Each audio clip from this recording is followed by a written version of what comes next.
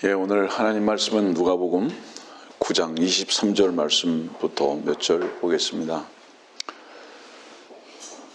또 그들 모두에게 말씀하시기를 누구든지 나를 따라오려거든 자기를 부인하고 날마다 자기 십자가를 지고 나를 따르라. 누구든지 자기 생명을 구하고자 하면 잃을 것이요 누구든지 나를 위하여 자기 생명을 잃으면 구하리라. 사람이 온 세상을 얻고도 자기 자신을 잃거나 버림을 받게 되면 무슨 유익이 있겠느냐.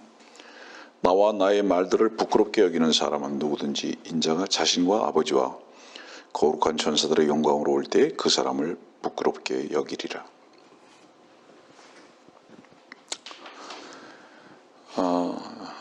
제자들에게 모두라는 말씀하십니다. 한 사람도 빠짐없이.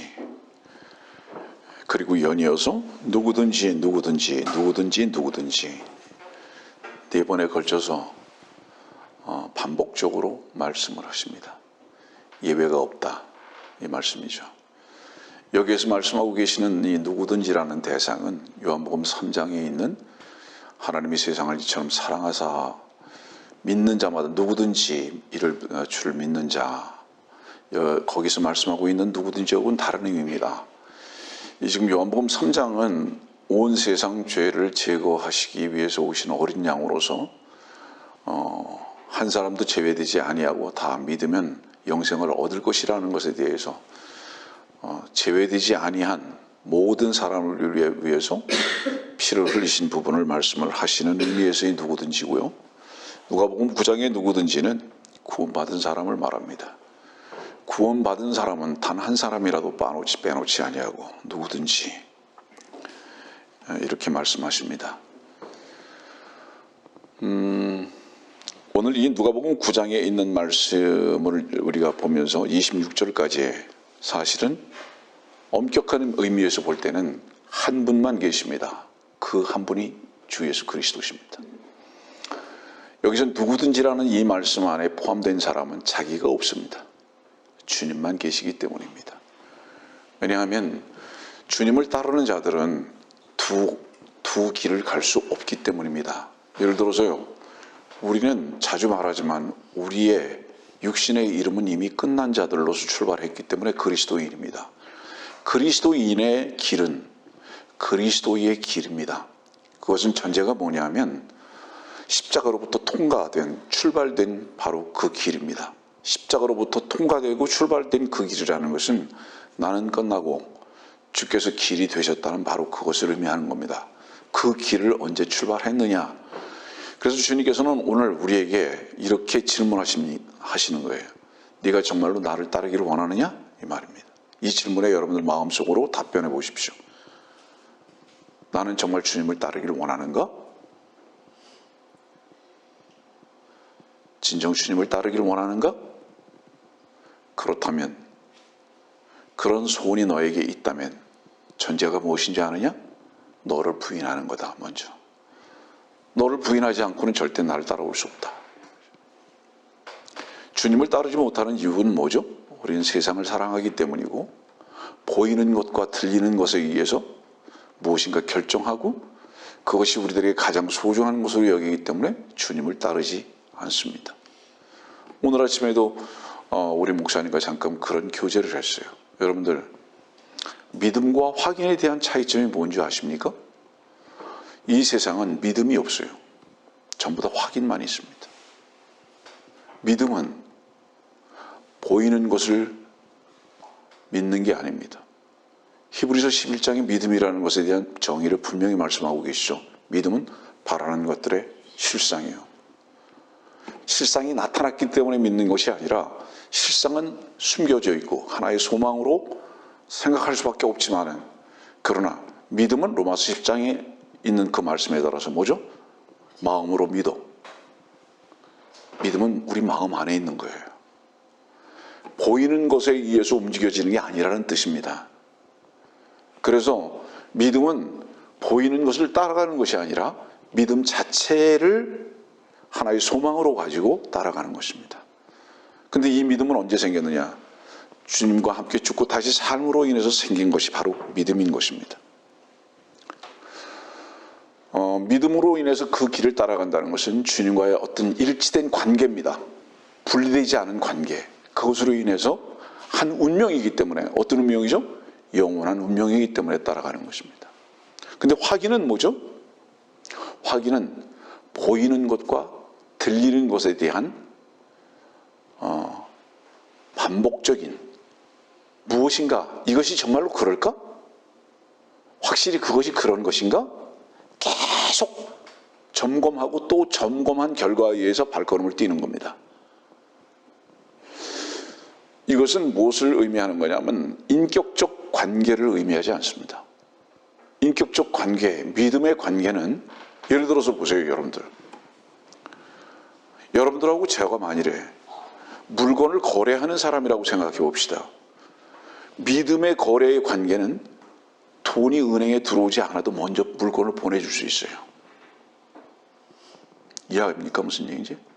돈이 은행 어카운트에 들어오지 않아도 물건 못 보내줄 수 있다고요. 최소한 여러분들과 저와의 관계는 그런 관계입니다. 근데 단순히 거래의 관계는 어떤지 아세요? 돈을 받아야 물건을 줍니다. 확인을 해야 돼요, 뭔가. 이건 창세기 28장에 보면 야곱이 하나님과 거래하는 겁니다. 나를 아버지 집으로 다시 돌아오게 하시면 그 다음에 뭐죠? 10의 1초를 드리겠나이다. 이 시대의 기독교는 하나님하고도 믿음의 관계가 아니에요. 거래의 관계예요. 하나님 내게 무엇을 어떻게 해주시면 내가 하나님께 어떻게 할게요. 절대 믿음의 관계 아닙니다. 확인의 관계예요. 그래서 이 확인의 관계, 내가 무엇인가 얻는 것에 대한 반응만이 있어요. 그래서 자꾸 그분을 향해서 의심합니다. 이것은 다른 표현에서 뭐죠? 이건 조건적 관계입니다. 인격적 관계도 아니고 믿음의 관계도 아니고 조건적 관계입니다. 여러분들, 우리가 주님을 따라야 한다면 그것은 조건적 관계가 아닙니다. 거래의 관계도 아닙니다. 확인의 관계는 더욱 아닙니다. 믿음 때문입니다. 믿음 때문에 그분을 따르는 거예요.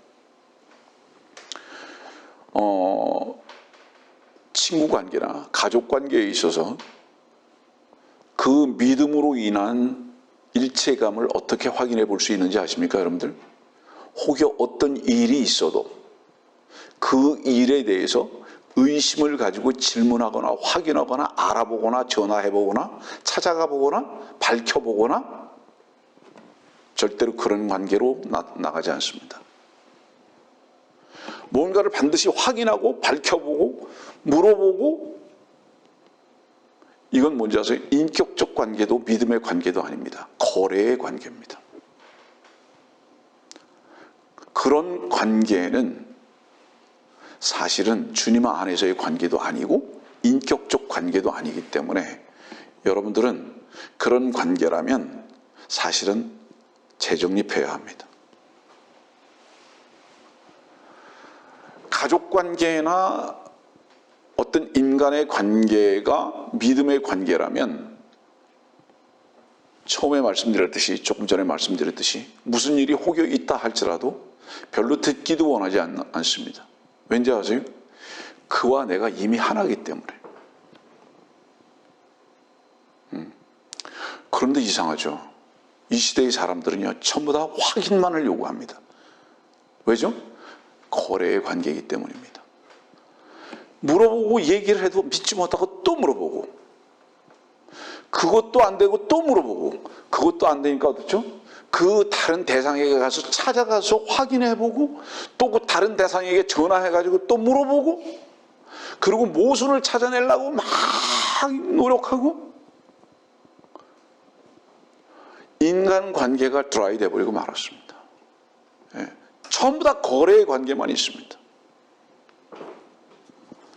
여러분들은 주님과의 관계가 어떻습니까? 여러분들 주변의 친구와의 관계, 가족과의 관계는 어떻습니까? 믿음의 관계입니까? 확인의 관계입니까? 이건 매우 중요한 부분입니다, 여러분들.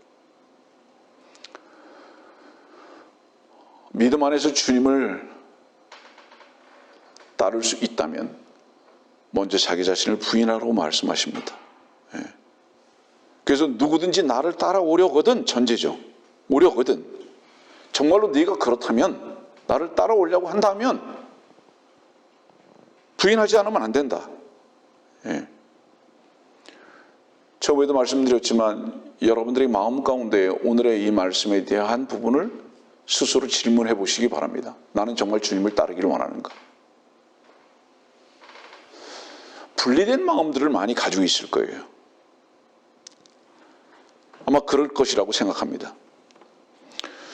사람에게 참된 마음이 있는지 아십니까? 사람에게 참된 마음 없어요.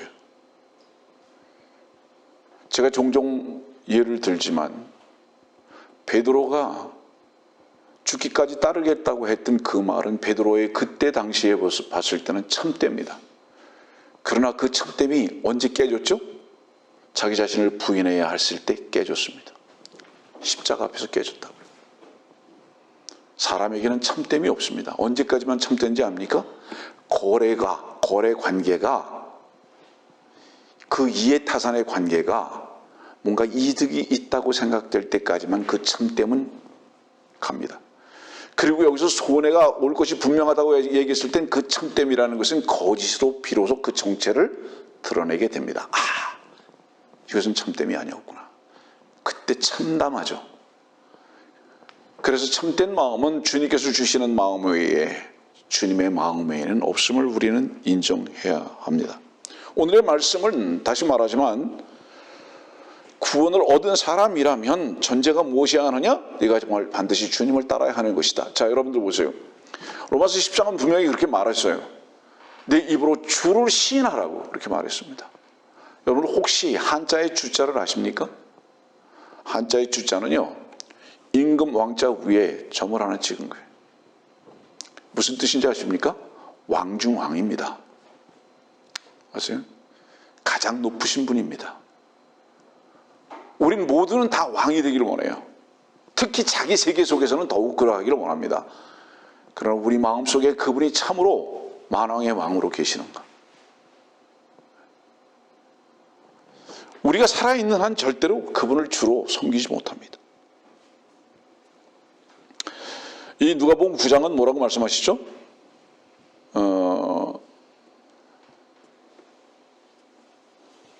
24절 말씀 봅시다. 누구든지 자기 생명을 구하고자 하면 잃을 것이요, 누구든지 나를 위하여 자기 생명을 잃으면 구하리라. 여기서 나가 누구죠? 나를 위하여 그랬습니다. 여기 주님입니다. 다시 말하면 주님을 따르는 것은 따르는 너희들을 위한 것이 아니라 나를 위한 것이다 이 말입니다. 그러면 전제는 뭐죠? 네 자신을 위해서 산다면 절대 날 따를 수 없는 거예요. 그것이 부인되지 아니하는 한 절대로 나라고 말씀하시는 주님을 따를 수 없음을 이 설교 속, 이 말씀 속에서 먼저 전제로 기록하고 계십니다. 다시 여러분들 스스로에게 자문해 보세요. 나를 위해서 살기를 원하나? 아니면 주님을 위해서 살기를 원하는가? 우리는 얼마나 어리석으냐. 이미 십자가에서 우리 자신이 끝난 것을 알았음에도 불구하고, 세상은 심판받았음을 분명히 경험했음에도 불구하고 여전히 세상을 향해서 머리를 숙이고 자기 자신을 위해서 살라고만 합니다. 이런 모순이 우리 속에 너무나 많이 자리 잡고 있는 거예요. 이거 우리들의 어리석음이고 이거 우리들의 오만입니다. 갈보리 십자가를 한번 생각해 보세요. 갈보리 언덕에 십자가 몇 개 있죠? 3개가 있죠. 주님께서는 그 십자가 중간에 서 계십니다.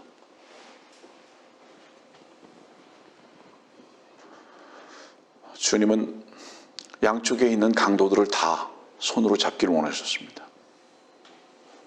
그래서 그분은 팔을 펼치셨죠. 근데 그 두 사람 중에 한 사람은 끝까지 그 손을 거부했습니다. 종종 말씀드리지만 모든 세상 사람들을 주님께서 십자가에 놓고 어떤 사람이든지 다 그분은 잡기를 원하셨던 겁니다. 주님의 손을 뿌리친 이유가 뭘까요? 놀라지 마세요. 우린 이미 배워서 알죠? 주께서 십자가에 달려 죽으실 때 두 강도는 어떤 강도였죠? 이 두 강도는요, 살인범이었어요. 이 두 강도는 정확하게 어디서 나오는지 아세요? 누가복음 10장에서 나오는 거예요. 네. 강도에게 여리고로 내려가다가 상했잖아요. 이 강도는 뭐죠? 강도의 특징은 뭐죠? 두 가지를 훔치는 거예요. 하나는 뭐죠? 생명을 훔치는 겁니다. 또 하나는 뭐죠? 재산을 훔치는 겁니다. 여러분들, 첫 번째 강도는 물론 사탄 마귀지만은 그의 아들로서 카인이 나타납니다. 첫 번째 살인한 자예요. 그가 뭐를 훔쳤죠? 에덴이라는 동산을 훔쳤습니다. 그래서 살인범은 강도범이며 강도범은 살인범이에요. 에덴도 훔쳤고 생명도 훔쳤습니다. 이 지금 십자가의 두 강도는 살인범이에요. 그러면서 강도예요. 누구를 여기서 우리가 볼 수 있죠? 카인을 볼 수 있습니다. 그리고 결국은 이 카인은 누구를 죽였죠? 아벨을 죽였습니다. 한번 생각해 봅시다. 이 두 강도요, 마음에 갈등이 있었을까요? 없었을까요? 사람을 죽이고 물질을 탈취하면서 갈등이 있었을까요? 없었을까요? 있죠, 당연히. 그런데도 왜 그 길을 그치지 못했을까요? 자기가 주인으로 살기를 원했기 때문입니다. 끝까지. 자기 생각대로 살면 뭔가 될 줄 알았던 거예요. 이 십자가의 두 강도는 카인의 졸개입니다. 네. 누구에 의해서 살았죠? 결국 사탄 마귀의 졸개로 살았습니다.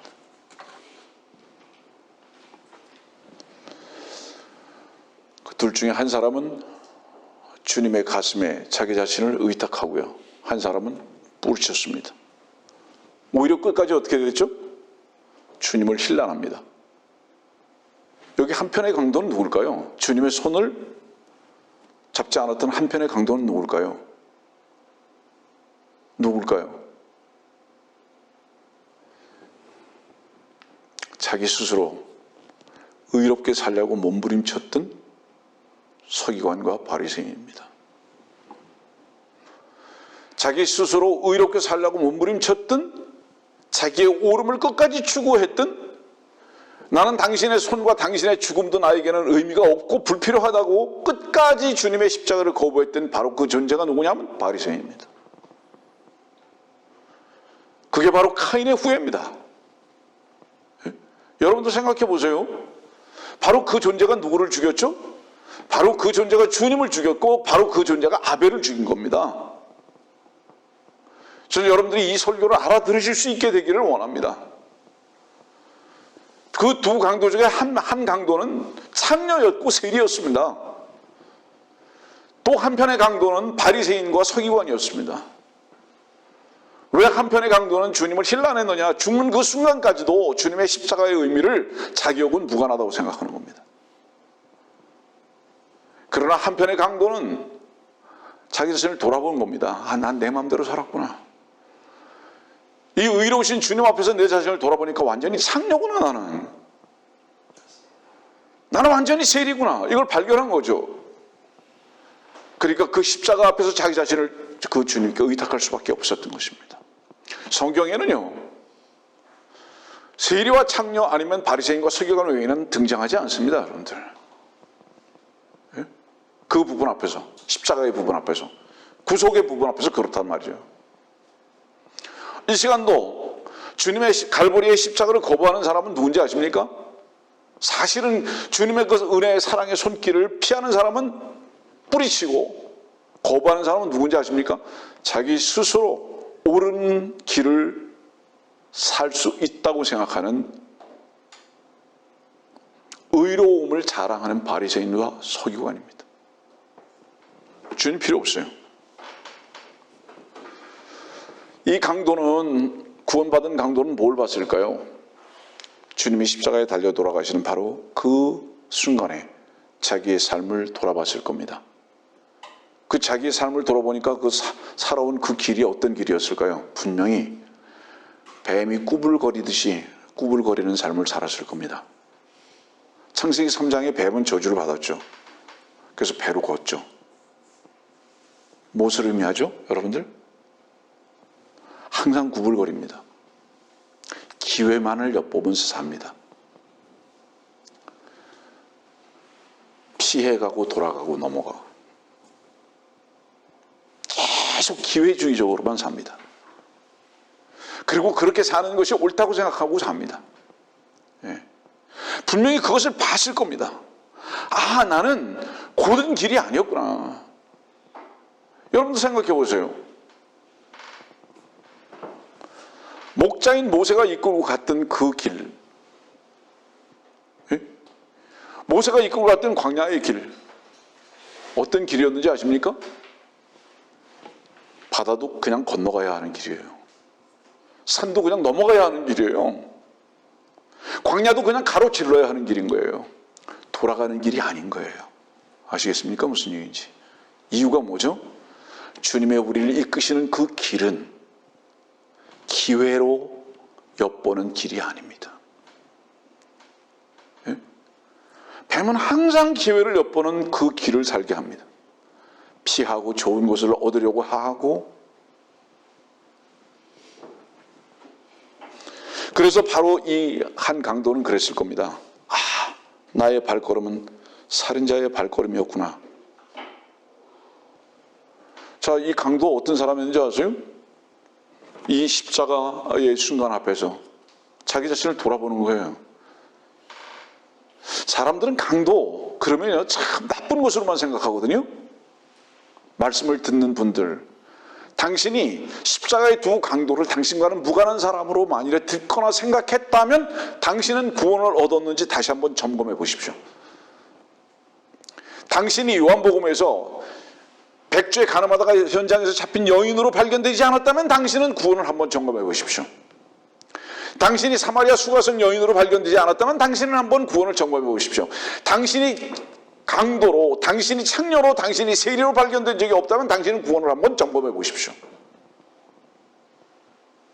당신이 둘째 아들로 탕자로서 발견되지 않았다면 당신은 한번 당신의 구원을 되돌아보십시오. 십자가의 두 강도 그러니까 사람들은 진짜 뭐 이상하게 나쁜 사람으로만 생각합니다. 바로 말씀을 듣는 당신입니다.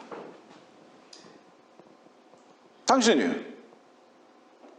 왜냐하면 이 두 강도는 누구든지라는 전 세상 사람들을 말씀하고 계시기 때문입니다. 이상한 건 나쁜 것만 생각하는 거죠. 아, 마귀에게 속아서 살았던 삶이 뭔지 아세요, 여러분들? 마귀에서 속아서 사는 삶은 주님께 자기 자신을 의탁하는 삶이 아니라 자기의 최선으로 사는 삶을 말하는 거예요. 자기의 이익에 민감한 삶을 말하는 겁니다. 자기 자신이 땀을 흘리면서 자기 자신이 의롭게 살려고 하는 몸부림을 말하는 겁니다. 이것이 마귀에게 속는 삶이에요, 여러분들.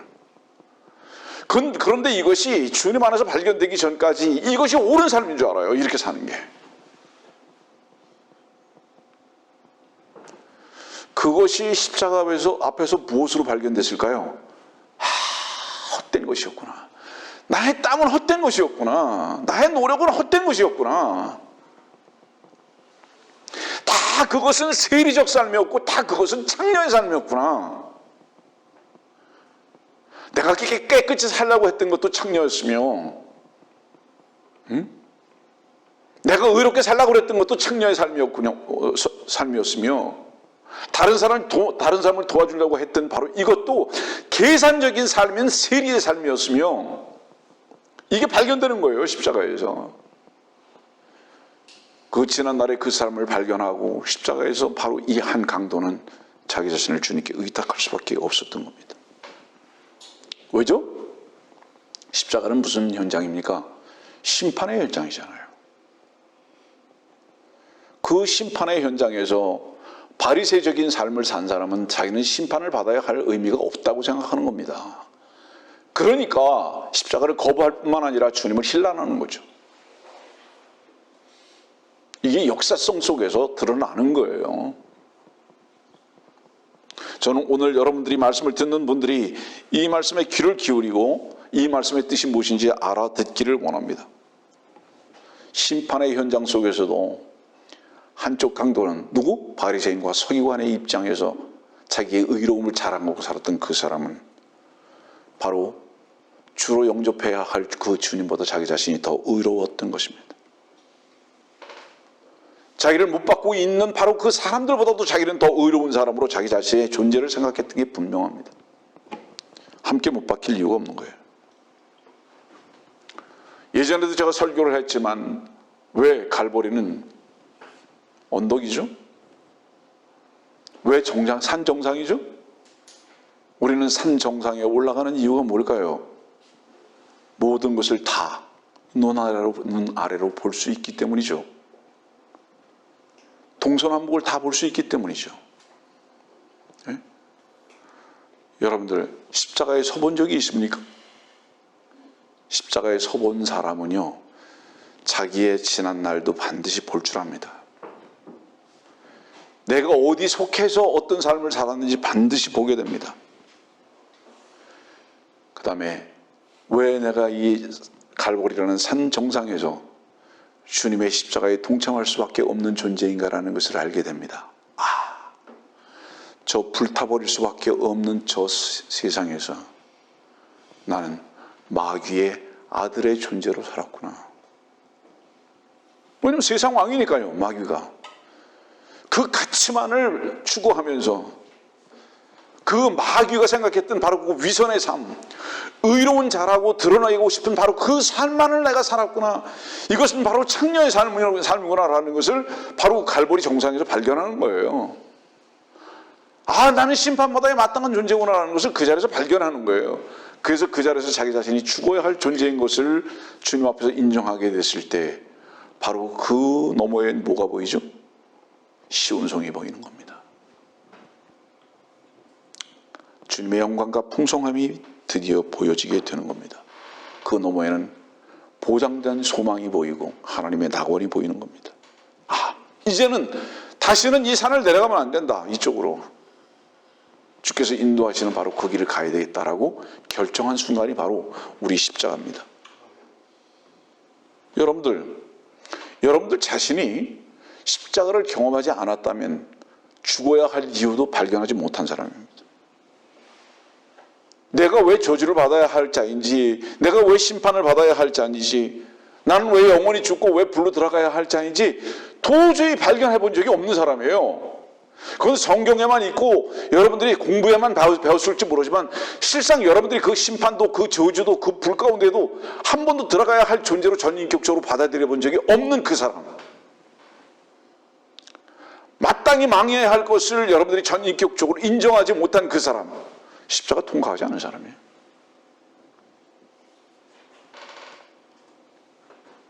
그런 사람이 주님과 동참한다고요? 그래서 그 길을 간다고요? 여러분들이요, 성경에서 말씀하고 있는 소망이라는 게 뭔지 아세요? 소망은 갈보리 언덕을 지나서만 보이는 겁니다. 절대로. 예? 갈보리 언덕을 지나서 참된 소망이 보이는 거예요. 왜죠? 그 전에 있던 것은 다 불탈 것이구나 라는 것을 알게 됩니다.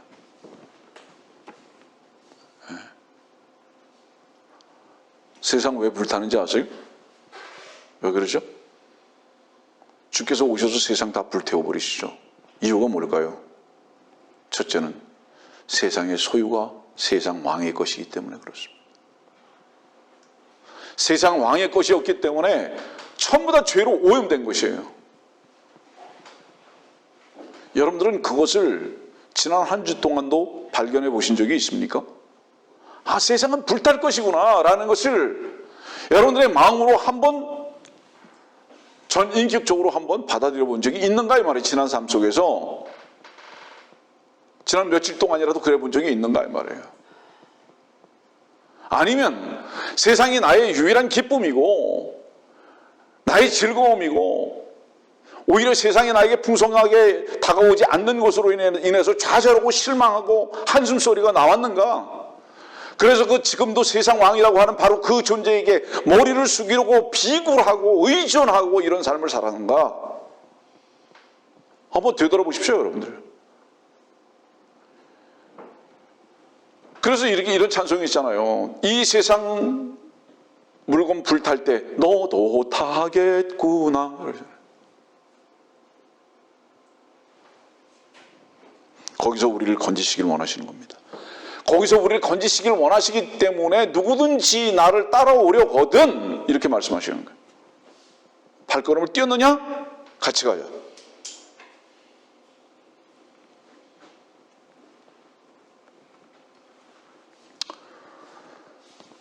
아주 쉬운 질문이지만 질문 하나 합니다. 사람이 결코 갈 수 없는 길이 있죠? 어떤 길이죠? 사람이 결코 갈 수 없는 길.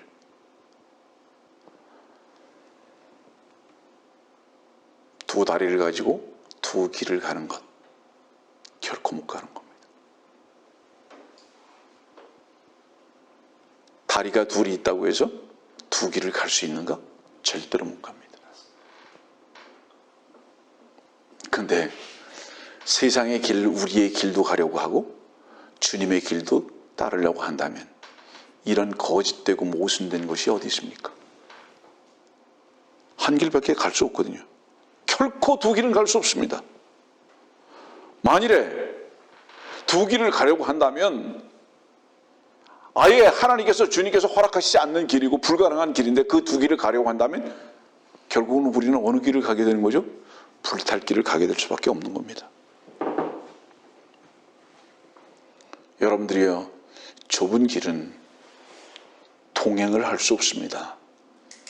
좁은 길은 주님께 의탁할 수밖에 없는 길일 뿐인 거예요. 분명히 두 길 가운데 한 길 외에는 갈 수가 없습니다. 지난주에 이어서 말씀드리지만 70억 개 이상의 인간들이 있다고 할지라도 다 70억 개의 길이 있는 것 같죠? 천만에요. 딱 두 길입니다. 하나는 어떤 길인지 아세요? 세상 왕에 속한 마귀의 길을 가는 겁니다. 또 하나는 내가 길이라고 말씀하신 그 길을 가는 겁니다. 단 두 길 중에 하나예요. 근데 여러분들의 길 가운데의 발걸음은 어디로 향하고 있습니까? 여러분들 스스로 질문하세요. 혹시 나는 세상을 얻기 위해서 땀을 쥐고 있지 않나? 세상 때문에 울고 웃고 좌절하고 비굴하고 머리 숙이고 살고 있지는 않는가?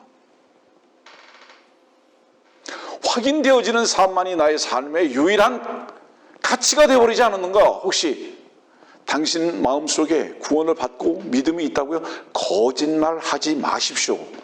당신은 거래를 하고 있을 뿐입니다. 최소한 인격적 관계도 더 이상 상대방에 대해서 확인하려고 하지 마십시오.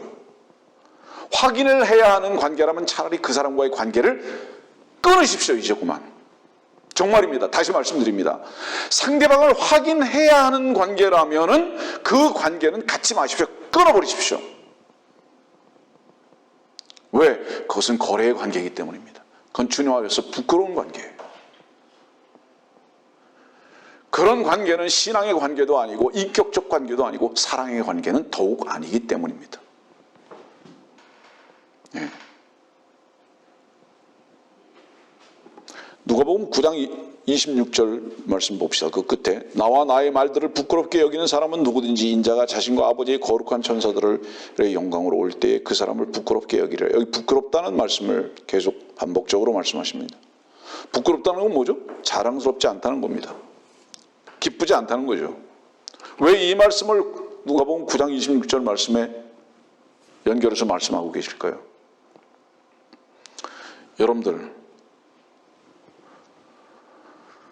여러분들에게 가장 민감하게 반응하는 그 일이 무엇입니까? 그거 기쁜 거예요. 그게 기쁘기 때문에 반응하는 거예요. 민감하게. 부끄러운 것은요, 반응을 더디하거나 안 합니다. 어떤 일에 여러분들이 본능적으로, 열정적으로, 즉각적으로 반응을 하느냐 이 말이에요. 마가복음이 종에 대해서 말씀하고 계시는데요. 종 생각해 보면 억지로인 것 같고 땀 흘리는 것 같고 힘든 것 같죠? 아닙니다. 그 종의 종됨은 그 주님을 주인으로 여기는 그 기쁨이 있기 때문입니다. 그 주인을 주로 여기는 그 영광이 있기 때문이고 감사가 넘치기 때문에 마가복음 2장에 주님을 종으로 묘사한 것입니다. 여러분들 주의 종으로 사는 것 같이 기쁜 것이 없는 것이에요. 그래서 즉각적으로 주님의 종의 그 길 가운데 반응할 수 있는 그 사람. 여러분들은 지난날의 삶이 어디에 즉각적인 반응을 했나? 여러분들 스스로를 돌아보라 이 말이에요. 부끄럽게 여긴다는 게 뭐를 얘기하는지 아세요? 주님께서 십자가의 길을 가자. 내 자신을 부인하고 나를 따르라고 하는데 늘 망설여지는 거예요.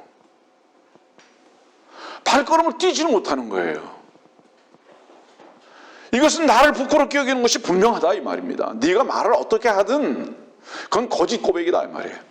네 말의 고백이 참으로 나를 자랑스럽게 여기고 기쁘게 여긴다면 너는 나와 동행하는 것을 너는 가장 큰 즐거움으로 여길 것이다 이 말이죠. 사람과 사람의 관계도 그렇잖아요. 그 사람이 나에게 무엇을 주기 때문에 그 사람의 호출에 혹은 전화에 반응하는 것이 아니라 그 사람이 내 마음 안에서 기쁘기 때문에 그 사람이 내 마음 안에서 큰 사랑이고 나의 에너지이기 때문에 반응하는 거 아닙니까 여러분들? 이건 거래 관계가 아니잖아요.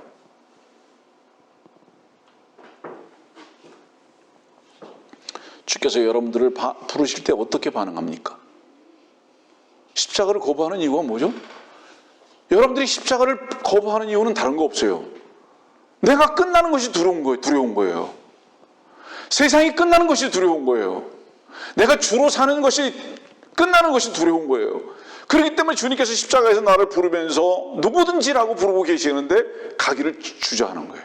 내가 끝나는 게 너무 두려운 거예요.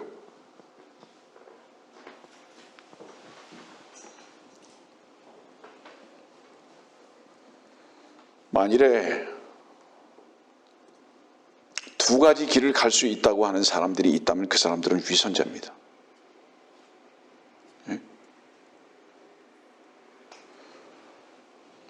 종교인들이 뭐라고 말하는지 아세요? 너는 하나님도 섬길 수 있고 세상도 얻을 수 있다. 내 자신의 길도 갈 수 있고 주님의 인도하심에 따라서 갈 수도 있다. 그렇게 말합니다. 약 30년 전에 어떤 대형 교회 장로가 저한테 이렇게 말한 적이 있어요. 하나님에게도 사랑받고 사람에게도 사랑받는 종이 되라고. 얼마나 멋있는 말입니까? 하나님에게도 사랑받고 사람에게도 사랑받는 사람이 되는 거. 얼마나 멋있습니까? 하나님께 사랑받기를 원하십니까? 저는 이렇게 말합니다. 하나님께 사랑받기를 원하십니까? 사람에게는 배척당할 것입니다. 종교인은 두 가지를 다 갖기를 원합니다. 그래서 예전에도 말씀드렸듯이 이 땅에서는 부자와 같이 살고 아브라함의 품에서는 나사로와 같게 되기를 원하는 인간들, 그것이 사실은 종교인의 탈을 쓴 두 가지의 길을 가려고 하는 자들이죠. 사탄은 우리들한테 뭐라고 얘기하는지 아세요? 결코 네 자신을 버리지 말고 주님도 따르라고 이렇게 말하는 거예요. 네 자신을 버리지 말고 주님도 따르라. 우리 출애굽기 10장 말씀 한번 봅시다.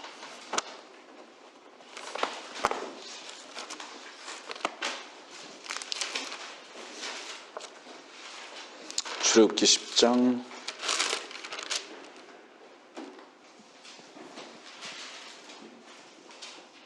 26절입니다. 우리의 가축도 우리와 함께 가야 하리니 한 마리도 뒤에 남길 수 없나이다. 이는 우리가 그 중에서 취하여 우리 우리 하나님을 섬겨야 하며 우리가 거기에 도착하기까지는 어떤 것으로 우리가 주를 섬겨야 할 것인지 알지 못함이니이다 하더라. 그러나 주께서 파라오의 마음을 완악하게 하시니까 그들을 가게 하지 아니하더라. 여기에서 이거 가축 양을 말할 때에 왜 이걸 다 데려가야 하는지 아세요, 여러분들? 이것을 신학적 개념으로 신약적 개념, 새로운 뉴 테스트먼트의 개념으로 이걸 말할게요. 이 가축, 이 양들은요, 하나님께 제물로 드리기 위해서 필요한 겁니다. 날마다 자기 자신을 부인하는 바로 이것을 가리키는 거예요. 날마다 자기 자신을 부인하기 위해서 가축을 데리고 나가야 되는 거예요. 이집트에서 양을 데리고 나가는 거예요. 날마다 제물로 드리기 위해서 자기 자신이 죽어야 하는 것을 상징적으로 보여주고 있는 거죠. 십자가로 나가는 것을. 그런데 파라오는 뭐라고 그러죠? 그렇게 하지 말라고. 주를 섬기는 것은 반드시 무엇으로만 섬겨야 하는 겁니까? 죽는 양으로, 죽는 가축으로, 죽는 자기 자신으로만 주님을 섬길 수 있다. 난 나가야 된다. 이집트에서. 그런데 뭐라고 그래요? 파라오가. 가게 하지 않는 거예요. 나가지 말라고. 뭐라고 얘기죠? 여기서 섬기라고. 여기서 섬기라고. 결코 출애굽을 하는 이유는 유일하게 한 가지 이유 때문입니다. 하나님을 섬기기 위해서. 다른 표현으로는 뭐죠? 이집트에 있는 한 절대로 하나님을 섬기는 것은 불가능하다. 이집트에 있으면서 이집트도 섬기고 하나님도 섬기겠다. 하나님은 불가능. 이렇게 선언해 버리시는 거예요. 그래서 이집트에서 나오라고 말씀하시는 거거든요.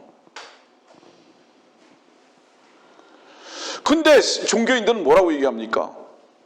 네 자신 버리지 말고 세상도 버리지 말고 세상에서 부유하고 내 자신도 왕같이 살고 사람들에게도 다 인정받고 하면서 주님의 길을 가라고.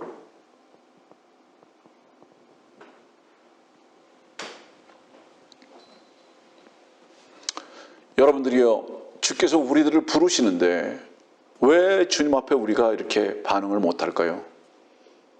어디서부터 반응이 안 될까요?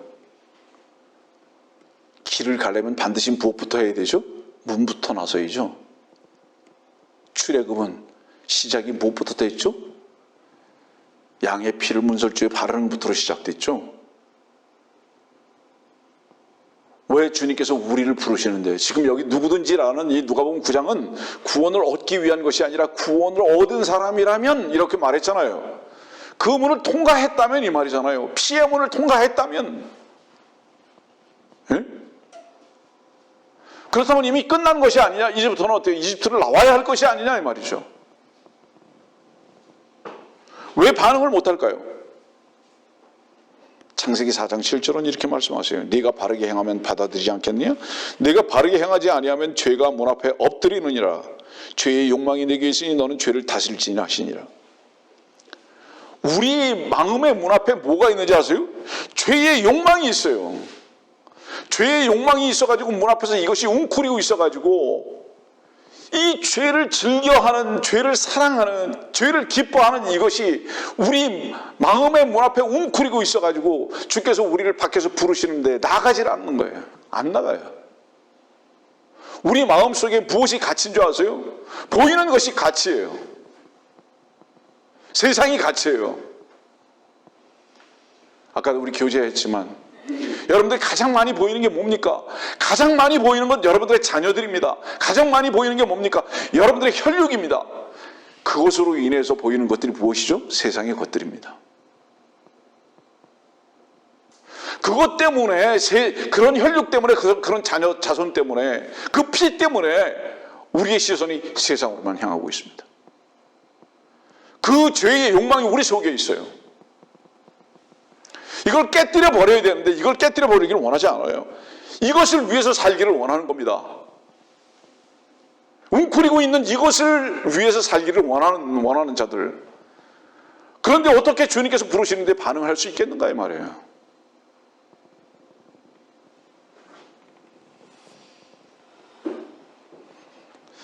우리의 마음의 문 안에 무엇이 있습니까? 주님을 주로 고백한 바로 이 고백이 아직도 남아 있습니까? 그리고 우리 안에 주께서 사셨습니까? 그 주님은 우리 안에서뿐만 아니라 들어가며 나오며 우리를 부르고 계시지 않습니까, 여러분들?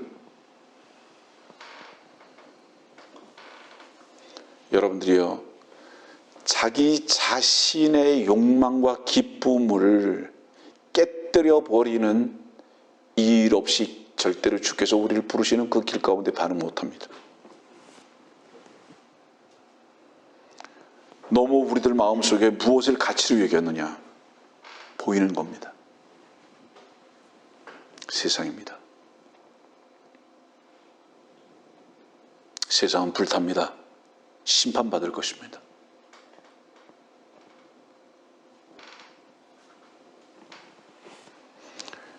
그리스도인들이 마음의 필요와 기쁨과 길을 정해놓고 주님을 따를 것이다라는 착각을 하지 마십시오.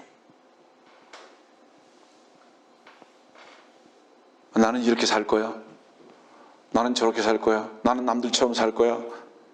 나는 내 자식들을, 나의 기업들을 난 이렇게 할 거야. 이렇게 마음에서부터 정해놓고 주님께서 부르시는 대로 따라가겠다고 하는 이런 위선과 거짓된 마음을 아예 버려버리라 이 말이에요. 그럼 불가능한 거다. 누가 따르겠는가 그러면 여기 설교자는 따라왔는가? 아니에요. 제일 불순종하고 따르지 않았던 존재가 바로 이 설교자입니다.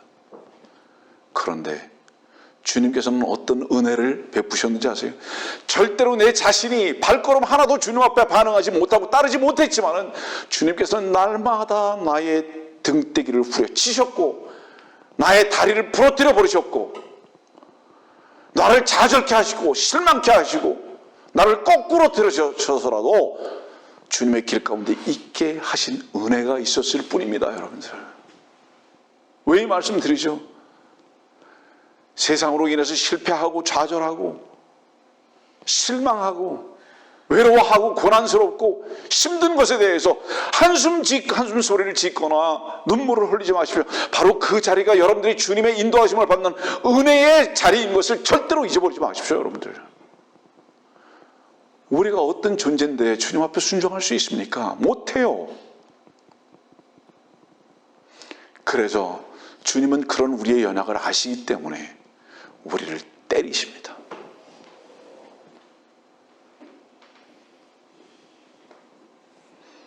주님을 따르려면 우리 마음 안에 있는 우리의 즐거움과 죄에 웅크려져 있는 바로 이것이 제거되어야 합니다. 그래서 마음의 할례를 받아야 돼요. 네?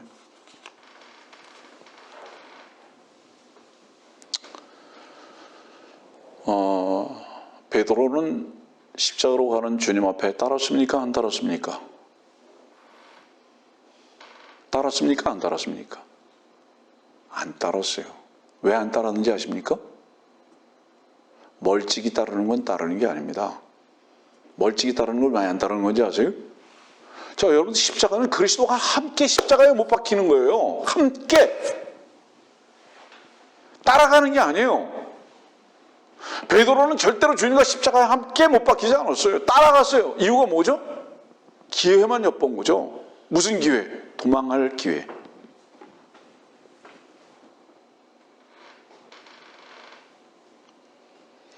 멀찍이 따르는 사람은 그리스도의 십자가와 지금 현재적으로 하나도 잊지 못합니다.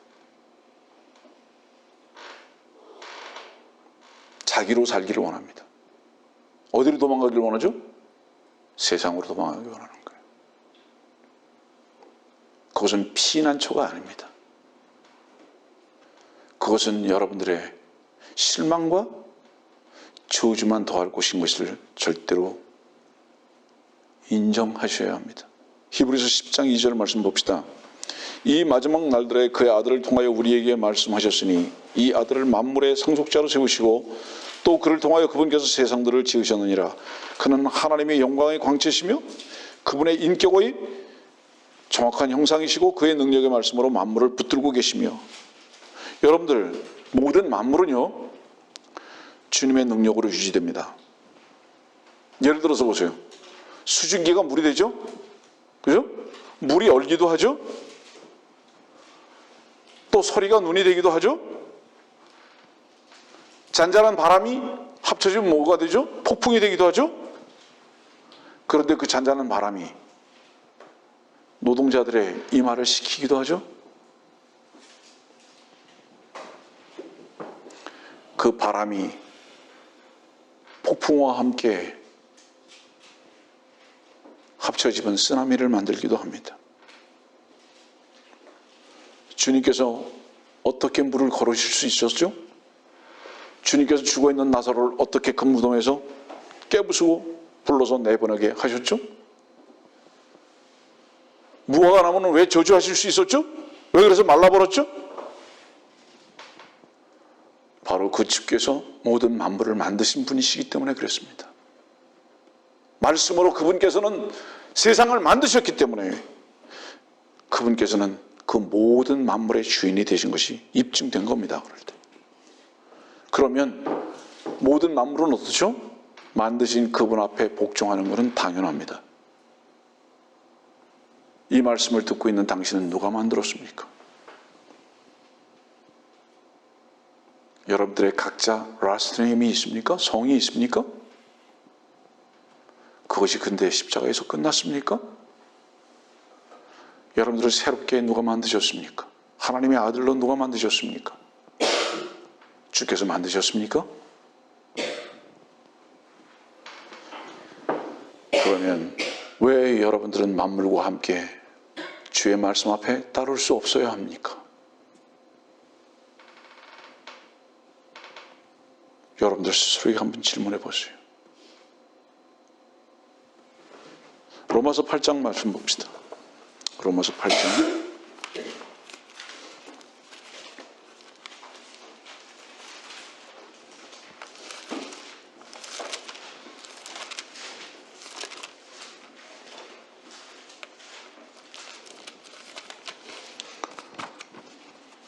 로마서 8장 19절입니다. 피조물이 간절히 기대를 가지고 하나님의 아들들이 나타날 것을 기다리고 있나니 이는 피조물이 허무한 데 굴복하는 것은 자의가 아니요 오직 소망 가운데 그것들을 굴복해 하시는 그분 때문이니라. 이는 피조물 자체도 그 썩어짐의 속박으로부터 해방되어 하나님의 자녀의 영광스러운 자유에 이를 것이기 때문이라.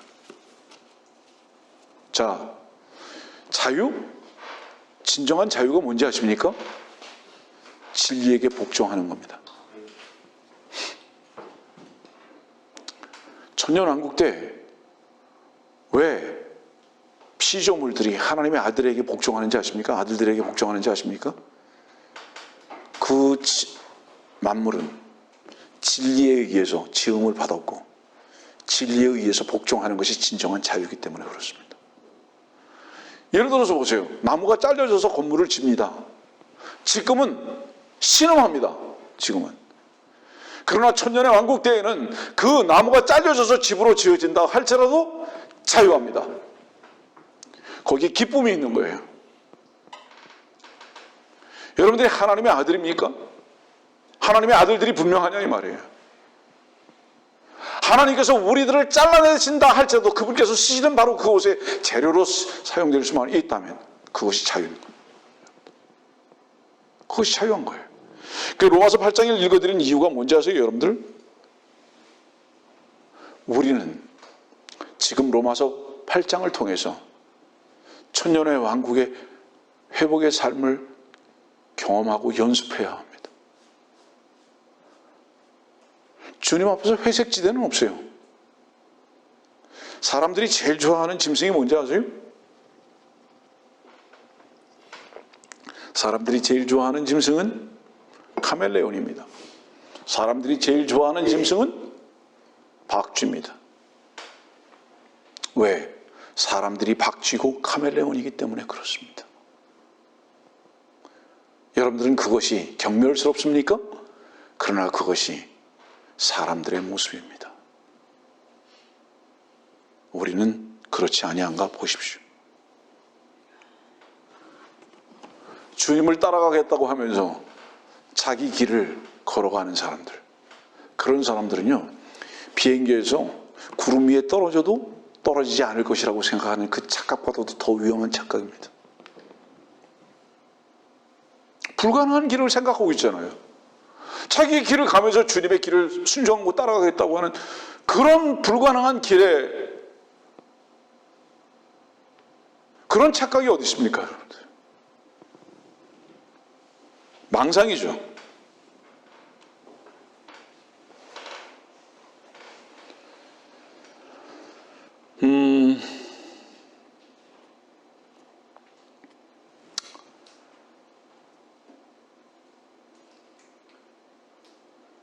성경에서 제일 무서운 존재라고 생각하면 누구를 꼽을 수 있습니까?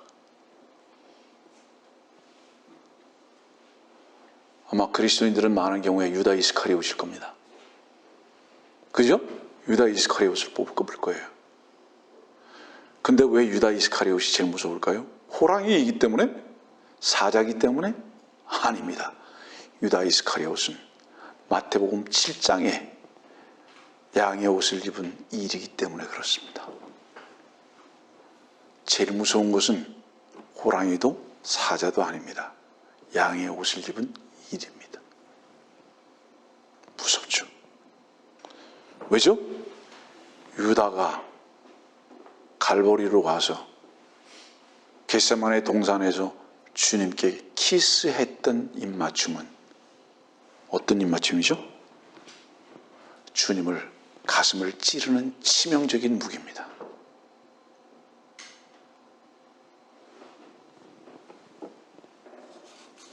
바로 이 존재가 누구죠? 두 길을 가겠다고 하는 자들입니다. 언제 이 두 길을 가겠다고 하는 자들의 존재가 드러나게 되죠? 자기의 이익 앞에서 이익이 허물어지는 그 순간에서 반드시 무엇을 선택하죠? 반드시 자기의 이익만 선택합니다. 그 이익은 뭐죠? 세상입니다. 그래서 그 세상을 선택할 수밖에 없는 그 치명적인 무기를 가지고 있는 그 사람은 사람들을 대할 때도 위선으로만 대할 수밖에 없는 것입니다. 베드로전서 2장은 22절에 주님을 향해서 이렇게 말씀하십니다. 그는 죄를 짓지도 아니하셨고 그의 입에는 간사함도 없으셨으며 모욕을 당하셨으나 다시 모욕으로 갚지 아니하셨고 고통을 당하셨으나 위협하지 아니하셨으며 오직 의롭게 심판하시는 분께 자신을 의탁하셨느니라. 주님은 죄 짓지도 않았어요. 간사함도 없어요. 이 한마디 말씀의 뜻은 뭐죠? 그분 죽을 이유가 없었다 이 말이에요. 죽을 이유가 없었는데도 하나님께 자기 자신을 의탁하셨다 이 말이에요. 왜 그분께서 하나님께 자기 자신을 의탁하셨죠? 주님께서 왜 우리를 부르시죠? 우리가 고상하기 때문에?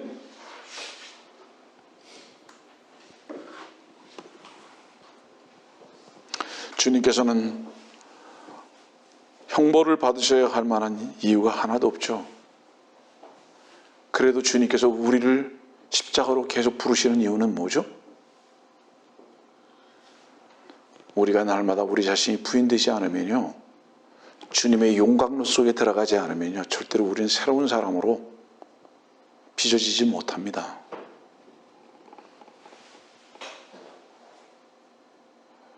우리가 거듭났는데도 새 생명 가운데 살지 못하는 이유가 뭔지 아세요? 우리 자신을 주님의 용광로 속에 의탁하지 않기 때문입니다. 우리 자신을. 그렇기 때문에 새로운 삶을 못 사는 거예요. 자, 주께서 고난을 받으셨을 때 왜 날이 어두워졌는지 아세요? 왜 지진이 일어나는지 아십니까? 왜 날이 어두워지고 지진이 일어났을까요? 모든 만물이 소리친 겁니다. 억울합니다. 저분은 고난을 당하셔야 할 이유가 없습니다. 저분은 우리를 만드신 분인데, 만물의 주가 되신 분이신데, 창조주신데, 저분이 흠없고 점이 없으신 분인데 왜 고난을 당하셔야 합니까? 소리 지른 거예요. 그 당시에 만물들이 부당하다고.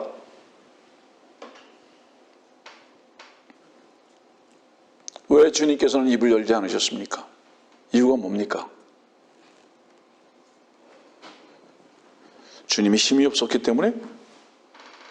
아니죠. 마태복음 26장 53절에는 너는 내가 지금이라도 내 아버지께 간구하여 나에게 12군단이 넘는 천사들을 즉시 보내달라고 할 수 없는 줄로 생각하느냐? 그분은 능력이 없으셨던 게 아니죠. 근데 왜 그분은 십자가를 거부하지 않으셨죠? 주님의 능력을 물리적으로 사용하지 않으신 거죠. 그분은 주님의 능력을 어떻게 사용하셨죠? 독배를 마시는 사랑으로 확인하셨습니다. 그렇게 사용하신 거예요. 진정한 능력은 뭐죠?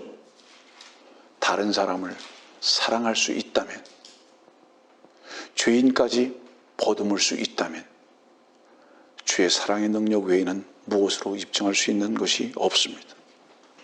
요한복음 15장 13절에 있는 말씀을 보면 사람이 친구들을 위하여 자기 생명을 내어놓는 것보다 더 위대한 사랑은 없나니, 사람이 친구들을 위하여 자기 생명을 내어놓는 것보다 더 위대한 사랑은 없나니. 오늘 누가복음 9장에 주님께서는 누구든지 나를 따라오려거든 그랬습니다. 이게 무슨 말씀이죠? 나는 너를 친구로 사귀길 원한다 이 말이에요. 이미 내가 너를 위해서 생명을 내어놓은 친구지 않느냐 이 말이에요. 나는 이미 너를 위해서 생명을 내어놓은 친구지 않느냐 이 말이에요. 그것을 입증했지 않느냐 이겁니다. 여러분들을 왜 구원하셨는지 아느냐 이 말이에요. 친구로 삼으시기 위해서 여러분들을 구원했다 이 말이에요. 여러분들 주님을 친구로 만나보신 적이 있으십니까? 친구는 무엇을 같이 하죠? 친구는 먹고 마시는 것을 같이 합니다. 세리와 창기들만 주님과 먹고 마실 수 있어요. 세리와 창기들에게만 주님께서는 그의 비밀을, 신비스러운 것을 감추지 않으셨습니다. 다 가르쳐 주셨어요.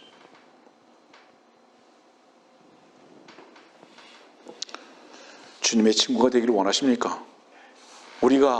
주께서 우리를 부르시는데 반응하지 않는 이유가 뭔지 아십니까? 세상과 친구 되기를 원하기 때문입니다. 여러분들이 만일 주님과 사귀기를 원하신다면 바로 여러분들이 무엇부터 알아야 하는지 아십니까? 나는 죄인이구나. 이 죄인인 나를 위해서 주께서 죽으셨구나라는 것을 처절하게 아셔야 돼요. 누구든지 나를 따라오려거든 자기 자신을 부인하고 날마다 자기 십자가를 지고 나를 따르라.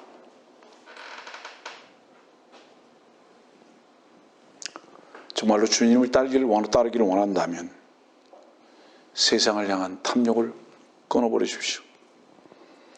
세상에서의 목표 설정을 끊어버리십시오.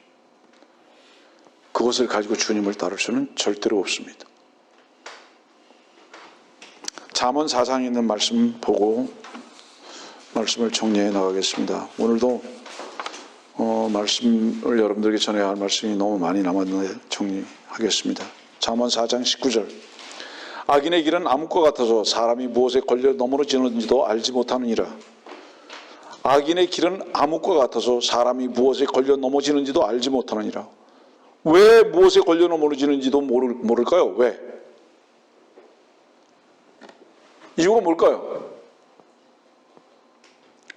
여러분들 넘어지는 이유는요, 시선을 둬야 할 곳에 두지 않기 때문입니다. 그래서 넘어지는 거예요. 실족하는 이유가 그거죠. 돈만 보여요. 세상만 보여요. 피에 속한 것들 외에는 보이지 않아요. 그러니까 그런 건 뭐죠? 그런 것들은 바로 사탄이 쳐놓은 그물과 같은 거거든요. 안 보여요, 근데. 그것을 얻기 위해서 그냥 100m를 칼로 이슬보다 더 빨리 뜁니다. 그것을 얻지 못하는 것으로 인해서 날마다 신음하고, 그것이 구렁텅이인지 몰라요. 어떻게 합니까, 그런데? 넘어지는 걸 어떻게 알아요? 이게 다른 표현에서는 뭐죠? 눈이 멀어버린 거죠. 사랑의 눈이 멀어버리고, 미움의 눈이 멀어버리고, 보복의 눈이 멀어버리고, 세상의 눈이 멀어버리고, 어떻게 주님께서 부르시는 바로 그 손짓을 볼 수 있겠습니까, 여러분들? 불가능하죠. 그러니까 넘어지면서도 몰라요. 에베소서 4장 18절에 이런 말씀하셨어요. 그들 마음의 완고함 때문에 그들 안에 있는 무지를 통하여 하나님의 생명에서 멀리 떨어졌고, 그들의 명철은 어두워졌으며 감각을 상실하여 자신을 방탕에 내어주어 육심으로 모든 불결한 것을 행하느니라. 여러분들이요, 완고한 사람들은요 무지합니다. 완고한 게 뭔지 아세요, 여러분들? 완고하다, 자기 생각만이 옳아요. 자기가 판사예요. 이것이 옳다고 내가 생각하면 그것이 옳은 거예요. 저것이 그러다고 생각하면 그것이 그른 거예요. 자, 사람들이 어떤 사람을 칭찬하는 것보다 어떤 사람을 흉보는 것을 더 잘 듣고 그것을 믿는 이유가 뭔지 아십니까, 여러분들? 다른 사람들의 없는 죄까지도 거짓으로 만들어서 말하는 것조차도 그것을 믿는 이유가 뭔지 아십니까?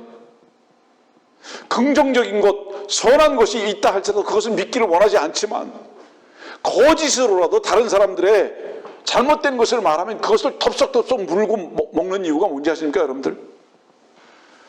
듣는 사람들 마음속에 의롭거나 선한 것보다, 사랑보다 미움을 사랑하고 거짓을 사랑하는 것이 훨씬 더 큰 죄인들이기 때문에 그렇습니다. 그래서 그런 사람들은 부정적인 얘기를 확인하지도 아니하고 반드시 그냥 덥석 물어서 믿기를 원하는, 몸부림칩니다. 믿고 싶어서, 거짓된 것을 믿고 싶어서. 진리는 믿지 않습니다. 그래서 진리를 전함으로 너희가 나를 미워한다고 주님께서 말씀하셨어요. 최소한 확인하고 싶은 생각도 없습니다. 그 안에 죄를 사랑하는 사랑이 너무 많기 때문에. 두 번째 뭔지 아세요? 거짓 것을 믿는 그 이유가 뭔지 아십니까, 여러분들? 거짓 것을 믿으면 상대방의 그 어떤 사람을 찍어 누를 수 있는 위대함이 자기 것인 줄 알아요. 다른 사람을 찍어 눌러버리죠. 거짓이라는 것을 받아들여서 그 사람을 폄하해버리게 되죠. 그 사람보다 자기가 위에 있다는 심리적 성취감이 있습니다. 그래서 인간들은 참된 것은 받아들이기를 원하지 않아요. 거짓된 것은 그냥 무조건 거르지도 않고 다 받아들입니다. 죄인들입니다. 죄를 사랑하는 거예요. 이렇게 사람들은 완고합니다. 하나님의 말씀을 전해도 반응하지도 않아요. 무반응이에요.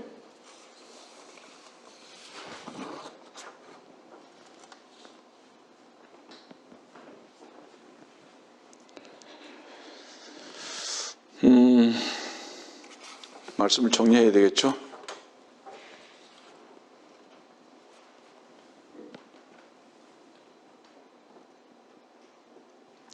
완고하고 자만에 가득한 사람, 저는 그런 사람들에게 오늘 이 말씀을 전하면서 결론을 내리고자 합니다. 여러분들의 삶을 방해하는 사람이 누굴까요? 여러분들의 삶을 방해하는 그 사람이 누굴까요? 여러분들에게 실망을 끼친 사람입니까? 여러분들을 힘들게 하는 사람입니까? 천만에요. 오히려 그 사람을 옆에 두십시오. 그 사람은 주님께로 여러분들을 이끌어주는 도구가 될 수도 있기 때문에 그렇습니다. 그러나 여러분들이 참으로 주님의 길을 걷고자 하는데 방해꾼은 무엇인지 아십니까? 누군지 아십니까? 그 방해꾼이 누군지 아십니까? 바로 여러분들 자신입니다. 여러분들의 자신의 자만과 완고함과 나는 이렇게 살아야 한다는 여러분들의 가치관, 그대로 살지 못하게 하는 그 모든 사람들을 방해꾼으로 여깁니다. 아닙니다. 주님 안에서는 오히려 그들이 여러분들을 돕고 있음도 잊지 마십시오. 진정 여러분들을 실패하게 하고 진정 여러분들이 구원받았음에도 주님의 인도하심에 따라서 살지 못하게 되는 바로 이 방해꾼이 누군지 아십니까? 유일하게 당신들의 자만입니다. 바로 그것 때문에 여러분들 자신이 주님께서 부르시는 바로 그 부르심 앞에 살지 못하는 유일한 이유인 것을 잊지 마십시오. 창세기 32장 28절에는 그 사람이 말하기를 내 이름이 더 이상 야곱이라 불리지 아니할 것이요 이스라엘이라 불리리라. 이는 내가 통치자로서 하나님과 더불어 사람과 더불어 겨루어 이겼음이니라 하니. 야곱이라는 뜻은 뭐죠? 사기꾼이죠. 탈취자죠. 여러분들, 여기 설교자는 야곱입니다. 말씀을 듣고 있는 여러분들 자신들도 다 야곱입니다. 그 이름이. 사기꾼, 탈취자. 왜 사기꾼이고 탈취자인지 아십니까? 여러분들 자신을 속이고 있기 때문입니다. 여러분들이 자신을 여러분들을 어떻게 속이는지 아세요? 나는 무엇인가 할 수 있을 것이라고. 나는 세상을 얻을 것이라고. 그래야 한다고 여러분들 스스로를 속이고 있단 말이에요. 그리고 여러분들 스스로가 왜 탈취자인지 아십니까? 여러분들 안에 주께서 주인이 되셔야 하는데도 불구하고 여러분들 스스로의 길을 걷고 살려고 하기 때문에 여러분들은 탈취자입니다. 이런 사람들은 전부 다 약탈자고 스스로 자기 자신을 속이는 사기꾼입니다. 우리가 이스라엘이 되어야 합니다. 이미 우리들이 이스라엘이 됐지 않습니까, 여러분들?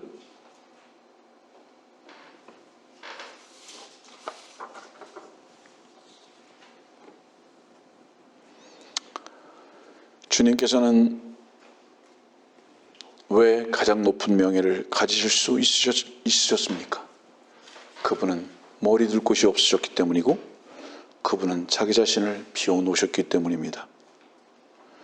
마태복음 4장에 마귀 사탄이 주님께 이렇게 조건으로 내걸고 나왔잖아요. 내가 내게 엎드려 경배하면 내가 이 모든 것을 너에게 주리라고 하더라. 마귀가 사탄이 여러분들에게도 계속 지금 이 말을 하고 있지 않습니까? 네가 내게 엎드려 경배하면 내가 이 모든 것을 너에게 주리라. 이 약속 계속하고 있지 않습니까? 지금도 마귀가. 우리는 지난날에도 얼마나 세상 앞에 머리를 조아렸습니까? 얼마나 경배했습니까? 여러분들이요, 주님의 명예로운 이름을 얻기를 원하십니까? 마태복음 3장은 주님의 이름을 이렇게 말합니다. 보라, 하늘에서 하는 음성이 있어 말하기를 이는 내 사랑하는 아들이요 그 안에서 내가 매우 기뻐하노라고 하시더라. 언제 이러한 명예를 얻으실 수 있으셨습니까? 주께서 물에 들어갔다가 나오실 때입니다. 여러분들, 그리스도인이라는 명예로운 이름은 여러분들이 여러분들 자신을 부인할 때만 얻을 수 있습니다. 주께서는 오늘 우리들에게 이렇게 말씀하십니다. 누구든지 나를 따르려거든 네 자신을 부인하고 나를 따르라. 따르기를 참으로 여러분들 마음 가운데 원하십니까? 두 길을 함께 갈 수는 없습니다. 자기 자신을 부인하고 주님을 따르는 지혜롭고 총명한 그리스도인들이 되어야 합니다.